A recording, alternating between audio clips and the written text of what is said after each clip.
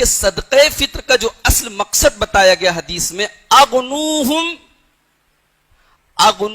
عن السؤال، فقیر اور غریب کی مدد کر دی جائے تاکہ وہ مانگے نہ. ہم اناج ہی دیتے جائیں گے تو اس کی ساری ضرورتیں پوری ہو جائیں گی. ہاں کھجور دے دیتے اور ہمارے یہاں کی خوراک کھجور ہوتی تو چلو ٹھیک ہے کہ اب اس کو کچھ اور نہیں لینا ہے. اب یہاں ہم اس کو گیہوں پر گیہوں دے رہے، آٹے پر آٹا دے رہے، چاول پہ چاول دے رہے. ارے اس کے گھر سالن کیا بنے گا اللہ کے بندے؟ وہ صرف روٹی کھائے گا. تو یہ الفاظ بتا رہے ہیں کہ اس کی ایسی مدد کی جائے کہ وہ کسی کا محتاج نہ ہو. اور ایک مسئلہ اور یاد رکھیے کہ اللہ کے رسول کے زمانے میں کرنسی اناج بھی ہوتے تھے.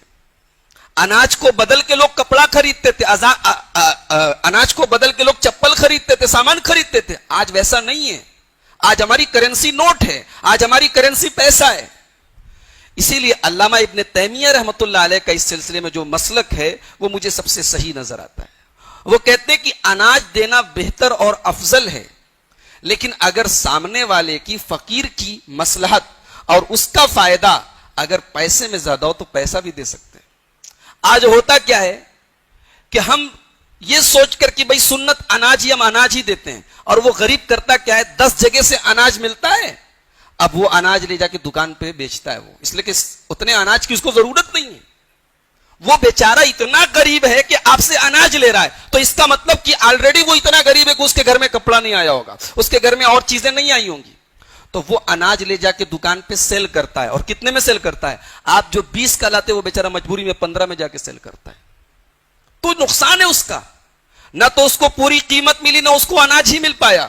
اس لیے آج کے ان حالات میں میری علامہ ابن تیمیہ رحمۃ اللہ علیہ کی اس مسلک کی روشنی میں میرا اپنا ذاتی رجحان ہے، اور کوئی ضروری نہیں کہ آپ اس سے متفق ہوں، دلائل کی روشنی میں میں اسی کو بہتر سمجھتا ہوں کہ اناج بھی دیا جائے، پیسہ بھی دیا جائے، اس پہ سختی نہ کی جائے. اس لیے کہ آپ سختی کریں گے تو پھر آپ کو تول کے نہیں دینا ہے. پھر وہی نبی کے زمانے میں سا چلتا تھا، وہی سا ہونا، پھر آپ کو یہ تول کے اور اندازے سے نہیں دینا ہے. ہمیں اتنی سختی نہیں برتنی چاہیے جہاں شریعت میں چھوٹ دی گئی ہے. صحابہ کرام نے بھی قیمت کا اعتبار کیا ہے. حضرت معاویہ رضی اللہ تعالیٰ عنہ کے زمانے میں صحابہ کرام کی میجورٹی نے ملک کے شام سے جو گیہوں آتا تھا، جو ایکسپورٹ ہو کے مدینے میں آتا تھا، اس گیہوں سے جو صدقہ فطر نکالتے تھے تو وہ جنرل صدقہ فطر کا آدھا نکالتے تھے. تو یہ بات یاد رکھیے.